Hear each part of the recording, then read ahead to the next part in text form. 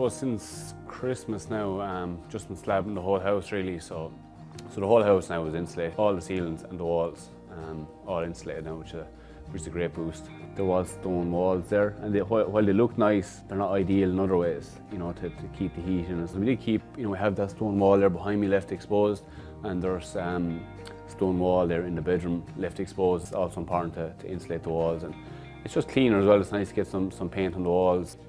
Yeah, so the kitchen should be here now in the next 2 weeks. Trying to get the tiling done here before the kitchen comes in.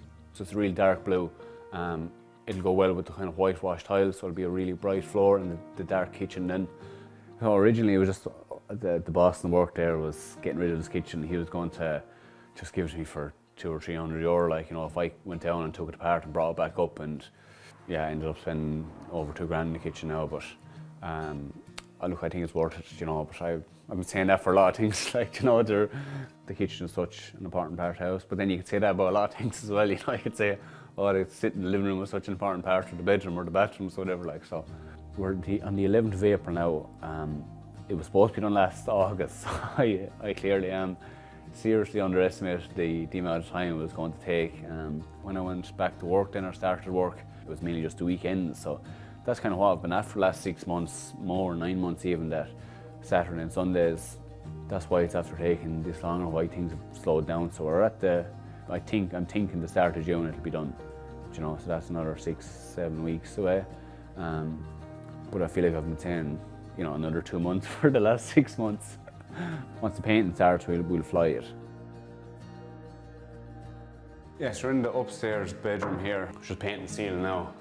Painting a colour called Mid Birch. So all the ceilings upstairs are going this colour.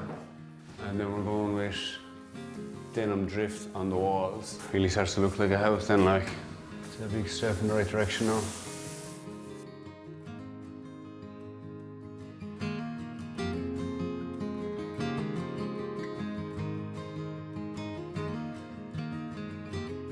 So this has been used on the ceiling in the living room here. It's nice, yeah. I would never thought of a colour like that on the ceiling, but I think it would be nice now when the walls are all finished and the floor and everything. It's hard to kind of imagine, I suppose, you know, it really come together. So on the window reveals, then we spiced honey, it's called.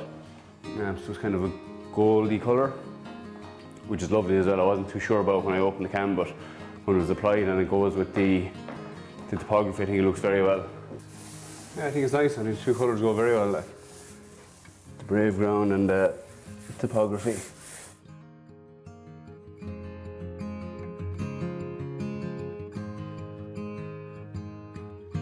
I saw a picture of a dark colour kitchen similar to that, and I had a chat with Amanda in Dulux then, and she kind of sent me on some recommendations. I don't know, yeah, we'll just have to see it all come together, really. You know, it's very hard to judge just one colour, looking at one wall and saying, you know, that's nice or it's not nice or whatever. Like, I think you have to see the whole thing together, and I suppose Dulux advised me, and they're the experts in the area, like, so just have to trust them and see how it goes, like, yeah. So the budget at the start was 25,000. It was very ambitious, I suppose. And now I go on Watch Room to Improve, and they're talking about budgets of 180, 160, and Durham Band is like, geez, that's tight, you know, 160 is tight. And then, you know, I'm here with saying 25,000, like, but I'd say we're just on the 25,000 now. All in all, probably finished 28,000.